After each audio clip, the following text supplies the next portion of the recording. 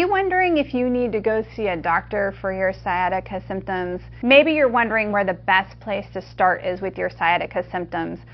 And it could be that you find yourself in so much pain that you just need someone to tell you what to do. Well, in today's video, we're going to talk about when you need to go see the doctor. What are the key red flags that you have got to go see the doctor? Do not pass go. Do not collect $200. Go straight to your doctor because there are some very, very serious signs. We'll also discuss when you might be able to wait a couple of days to kind of see how symptoms go over time. Everything's kind of on a scale, but we're definitely going to talk to you today about the things that you need to be watching out for that are direct referrals to the doctor.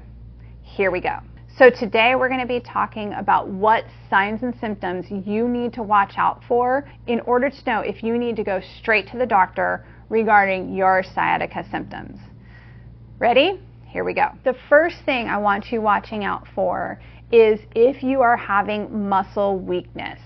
Now, this is a bit of a challenging one to understand what true muscle weakness is, because if you're suffering with sciatica pain, chances are that you have some muscle weakness, right? I mean, the pain can make things weak, but what we're looking for is like true muscle weakness. That muscle is no longer working.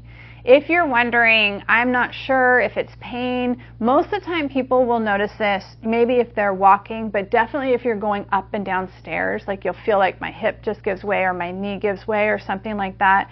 You'll definitely notice if you try to walk for long periods of time that it just feels like I don't have the endurance I used to have.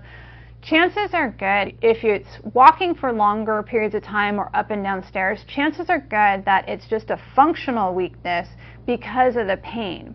What I am talking about here with the muscle weakness is like, I really have to drag myself because that leg is just not functioning at all. That is a very concerning sign, but I want to give you a quick test that you can do at home. What you can do is you can lift up your toes and try to walk on your heels.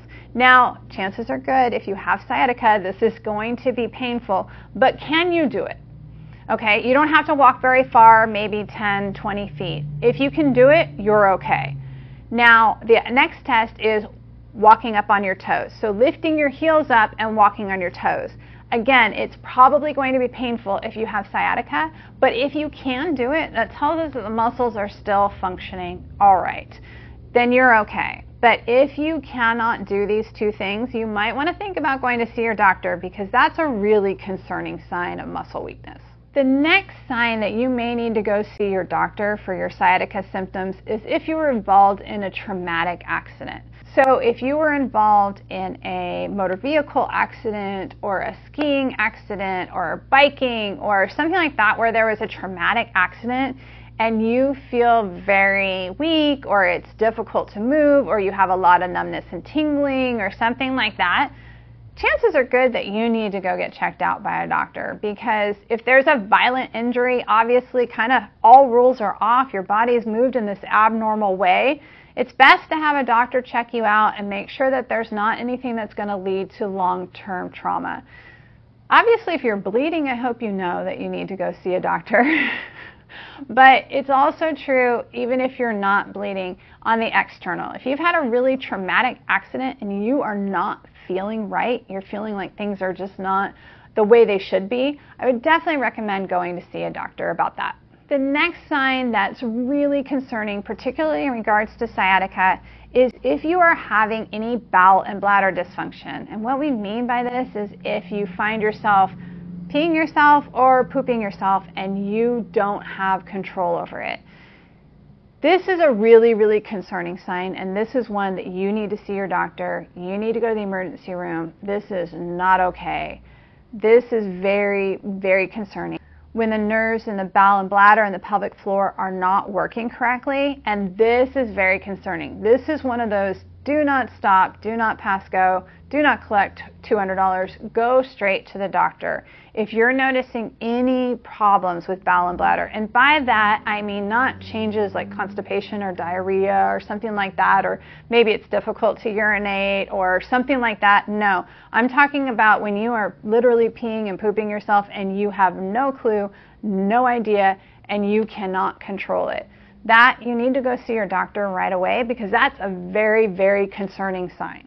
Now, in general, your sciatica symptoms should start to feel better within 7 days. Usually it's within the first 24 to 72 hours that your sciatica symptoms should start feeling a little bit better, but definitely within the first 7 days, you should start to feel like you have made some progress on this pain and dysfunction. You should feel like it's a little bit easier to be up and about. You should feel like there's a little bit less pain. If you need some tips on things that you can do to help yourself, I definitely encourage you to check out this video right here. But you definitely should start to feel better within the first 7 days. I'm not saying it's going to be completely gone. It definitely will take longer if you have a very severe form of sciatica. It definitely will take longer than 7 days to resolve, but you should notice a marked change in the first 7 days. If you get to the 7-day mark and your pain is still disabling, crippling, you can't get off the couch, you have difficulty making it even to the bathroom, you're not able to, get food for yourself or even go get some water, even grab your own ice pack or something like that, you definitely want to go see the doctor. Because it should not be that crippling of pain after 7 days. You should be more functional and more independent. I'm not saying that the pain's going to be gone after 7 days, but you should definitely be able to move around and have some relief of your symptoms. You should be starting to feel a little bit stronger, a little bit more confident in your ability to kind of be out and about in the world after 7 days, even if your pain's not completely resolved.